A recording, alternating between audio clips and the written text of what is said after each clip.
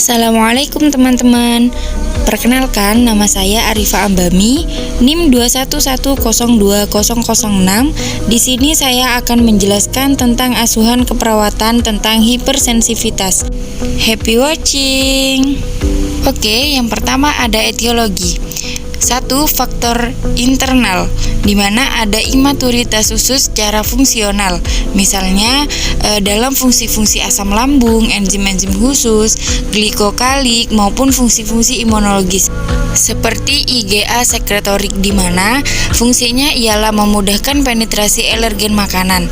Selain itu, imaturitas juga dapat mengurangi kemampuan usus mentoleransi makanan tertentu. Selanjutnya, ada genetik berperan dalam alergi makanan. Sensitivitas alergen dini mulai janin sampai masa bayi, dan sensitivitas ini dipengaruhi oleh kebiasaan dan norma kehidupan setempat.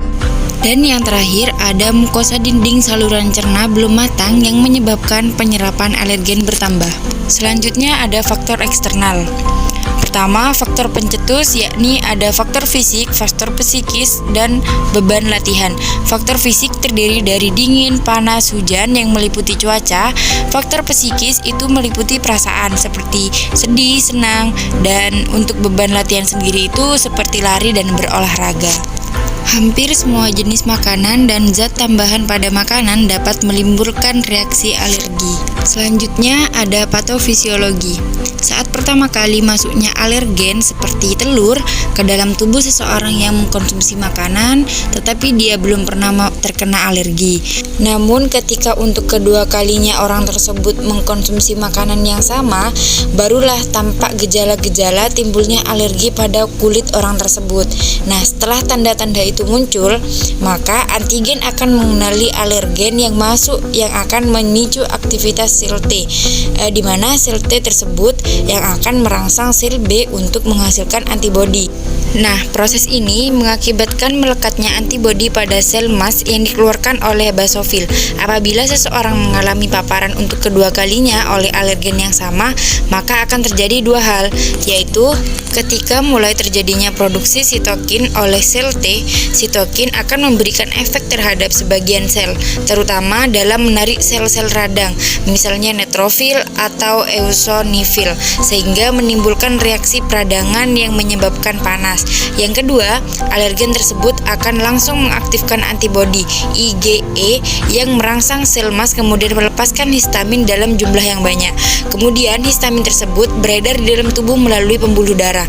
Nah, saat mencapai kulit, alergen akan menyebabkan terjadinya gatal, kemerahan pada kulit, dan dermatitis. Pada saat mereka mencapai paru-paru, alergen dapat mencetuskan terjadinya asma. Nah, gejala alergi yang paling ditakutkan dikenal dengan nama anafilaktik shock. Kejadian ini ditandai dengan tekanan darah yang menurun. Biasanya, seseorang yang memiliki alergen ini akan mengalami anemia. Selain itu juga kesadaran menurun, dan apabila tidak ditangani segera dapat menyebabkan kematian. Selanjutnya ini ada pathway. Nah, yang pertama penyebabnya itu ada dari genetik. Selain itu ada obat-obatan, debu, bulu binatang peliharaan, makanan, transfusi antibodi sitotoksik. Nah, debu, bulu binatang peliharaan itu masuk ke dalam tubuh, lalu setelah itu difagositosis dan masuk ke sel T di kelenjar. Habis itu lalu pelepasan sitokinin oleh sel T, sel beta terangsang membentuk IgE, sel-sel reseptor Ig seperti sel mast itu meningkat, dan degranulasi sel mast. Degranulasi mengeluarkan berbagai mediator kimia seperti histamin, brakinin, dan prostaglandin. Nah, dari situ sudah timbul gejala hipersensitivitas atau alergi.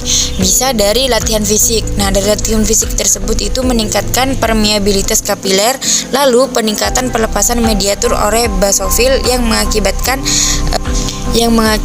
histamin, brakinin, dan prostaglandin itu keluar dan mengakibatkan gejala hipersensitivitas alergi. Dari hipersensitivitas alergi itu dapat menimbulkan beberapa penyakit yang dapat menyerang kardiovaskuler, ke respiratori, gastrointestinal, dan integumen. Selanjutnya ada tanda dan gejala. Yang pertama pada saluran pernafasan, yakni asma, sesuai yang saya jelaskan tadi di depan. Nah, yang kedua pada saluran cerna seperti mual, muntah, diare, nyeri perut. 3. Pada kulit, urtikaria, angioderma, dermatitis. pruritus, demam, dan gatal. Yang keempat ada pada mulut.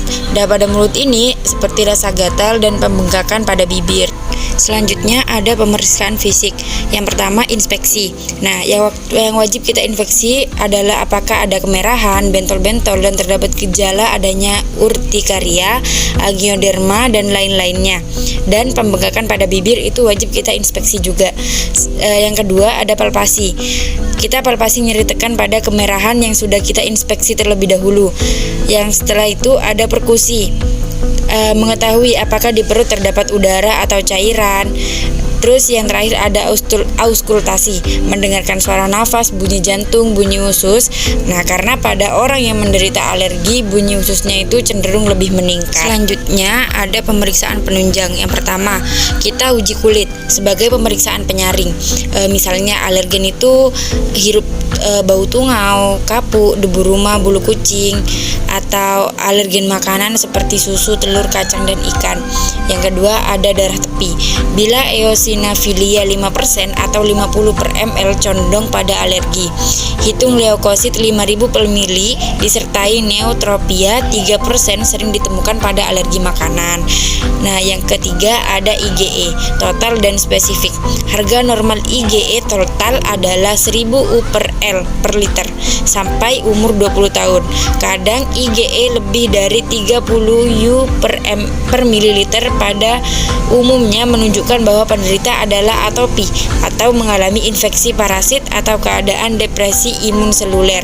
Yang terakhir ada biopsi usus sekunder dan sesudah dirangsang dengan makanan food challenge didapatkan inflamasi atau atrofi mukosa usus, peningkatan limfosit intraepitelial, dan IgM. Selanjutnya ada diagnosa keperawatan.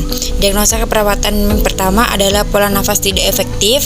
Ketidakefektifan pola nafas ini berhubungan dengan terpajan alergen. Yang kedua ada hipertermia. Hipertermia berhubungan dengan proses inflamasi. Nah, yang ketiga ada gangguan integritas kulit atau jaringan. Kerusakan integritas kulit ini berhubungan dengan inflamasi dermal dan intradermal sekunder. Selanjutnya ada hipovolemia.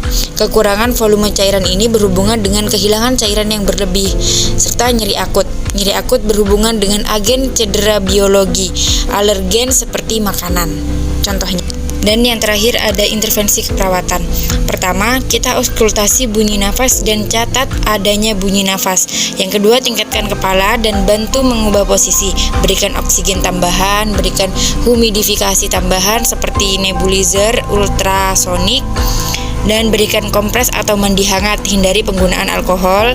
Kaji turgor kulit, kelembapan membran mukosa seperti bibir dan lidah. Monitor intake dan output cairan. Berikan bedak telek pada kulit. Kolaborasi dengan dokter untuk pemberian terapi. Dan yang terakhir, hentikan penyebab alergi. Oke, mungkin itu saja penjelasan dari saya. Thank you for watching. Semoga bermanfaat. Assalamualaikum.